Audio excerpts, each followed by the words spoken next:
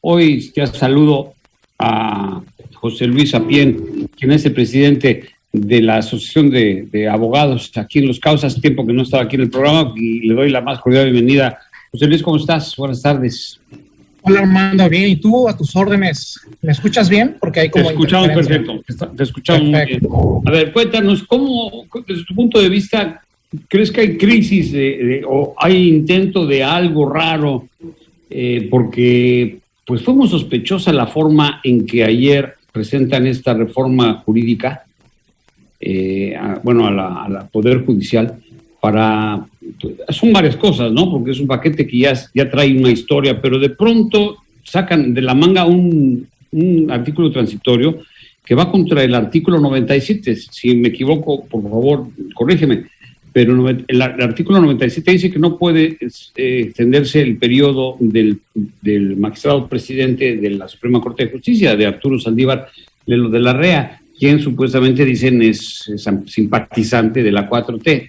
¿Tú cómo lo ves? ¿Y cómo viste pues esta votación tan aparentemente, dice, nos agarraron en curva y no me di cuenta, y algunos se atreven a decir que no lo leyeron bien, y fueron más de 70 y tantos, creo que casi 80 senadores contra 25, por ahí así, que votaron en contra, y se aprobó la extensión de 2 años del presidente de la Corte, cosa que además no se ha oído nada del magistrado. ¿Qué opina de eso? ¿Tú qué opinas?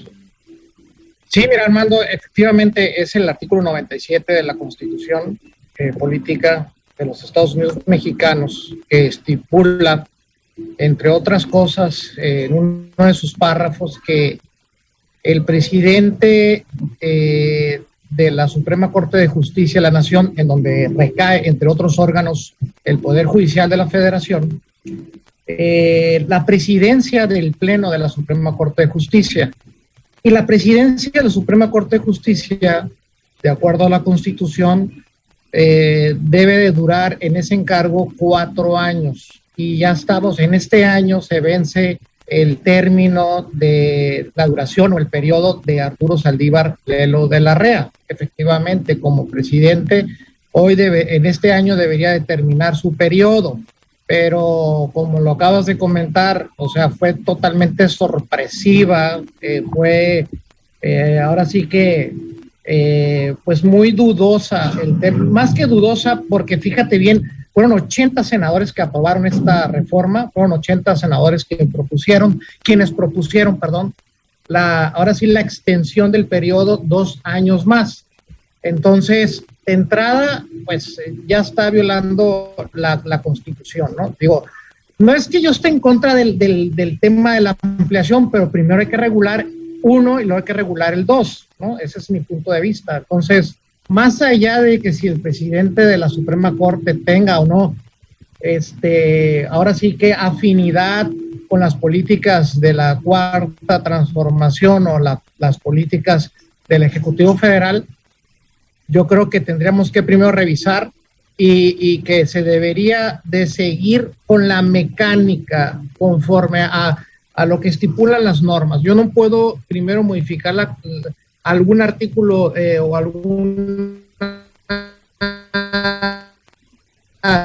ley secundaria si no modifico la ley principal, ¿no? Y luego ya modificar cualquier otro tipo de ley reglamentaria, ¿no? Ese es mi particular punto de vista, esa es mi opinión, y creo que sí se excedieron en este acuerdo del Senado del día de ayer en la tarde.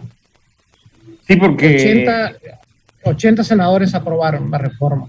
Oye, y aquí también tiene que ver, y para los que no estamos muy familiarizados con todo esto que sucede, que es el Poder Judicial, son los 3 poderes que supuestamente pues gobiernan y el país, pero que a veces parece que lo captura el Ejecutivo, ¿no? El Ejecutivo está constantemente pues influenciando a estos poderes, y aquí tiene que ver también el Consejo de la Judicatura. Este consejo, cuéntanos para qué sirve principalmente y quién lo conforma, porque el presidente también de este consejo es el mismo magistrado Saldívar Lelo de la Rea.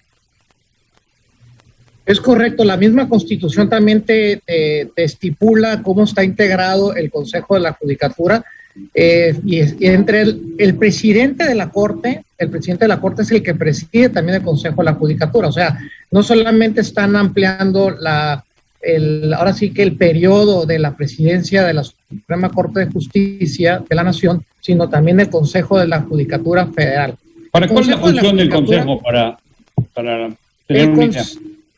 Claro, el Consejo de la Judicatura, entre múltiples funciones más, además un tema disciplinario, es el ente o es el órgano que regula la carrera judicial, es el ente, el órgano en el que regula la forma de la elección de los jueces, de los magistrados. Que vigila, ¿no? También. O de todos los que vigila, también es un tema disciplinario, es un tema efectivamente ahora sí que de control, ¿verdad? No solamente la materia administrativa, es el Consejo de la Judicatura. Te voy a poner un ejemplo.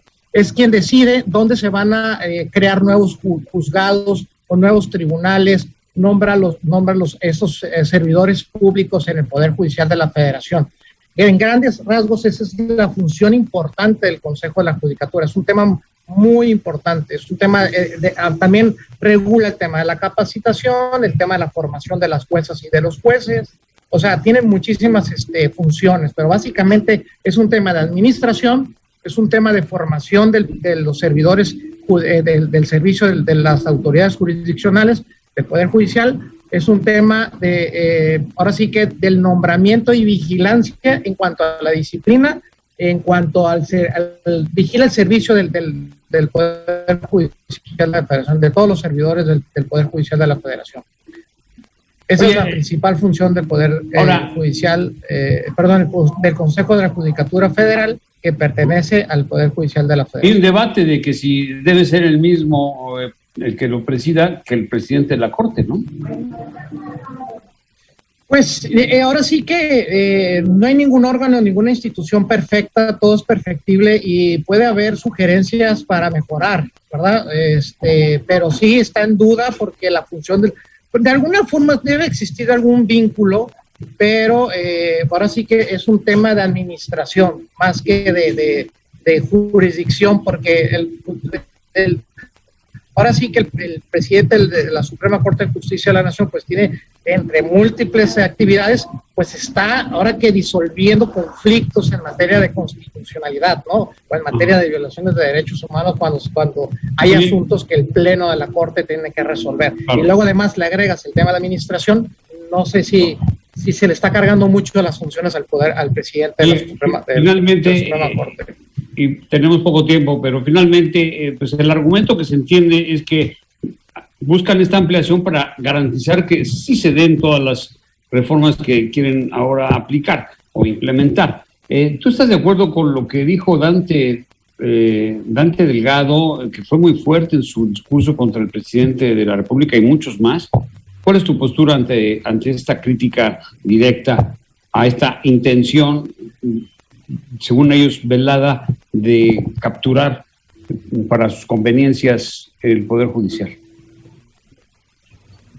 Mira, aquí lo peligroso de todo esto, Armando, Sara José me puede escapar varias partes del discurso de Dante Delgado, pero yo considero, y en particular punto de vista, es que la Corte no debe ser sujeta de parte de que se politice ahora sí que su función es estrictamente jurisdiccional y no se debería desviar ni distraer en una cuestión política y no debe ser sujeta ni objeto de alguna ahora sí que como tema político, debe ser técnicamente, así como lo acabo de decir, es una función técnica, jurisdiccional. Y no de interpretación. Y su función efectivamente es velar por la protección de la Constitución, velar por la legalidad, velar por la protección de los derechos humanos, por la aplicación de los tratados internacionales en materia de derechos humanos, en la que México es parte, y esa es la función de la Suprema Corte de Justicia de la Nación. Más allá del tema de las reformas o de la reforma del Poder Judicial de la Federación, que esta administración a la que le corresponde a Arturo Saldívar de lo de la REA, pues ha sido muy positiva, pero pues si se acabó su periodo conforme a la Constitución, hasta ahí, y que continúen efectivamente quien sea el nuevo presidente de la Suprema Corte de Justicia de la Nación, que le dé seguimiento a su proyecto, ¿no? Ajá. ¿Tú crees que el presidente Arturo Saldívar diga, no, yo no le voy a entrar? Porque pues, finalmente le están dando un regalito ahí. ¿Crees que él se atreva a decir, no, yo Pues, hasta aquí llego? ¿Cuál es tu pronóstico que va a decir él?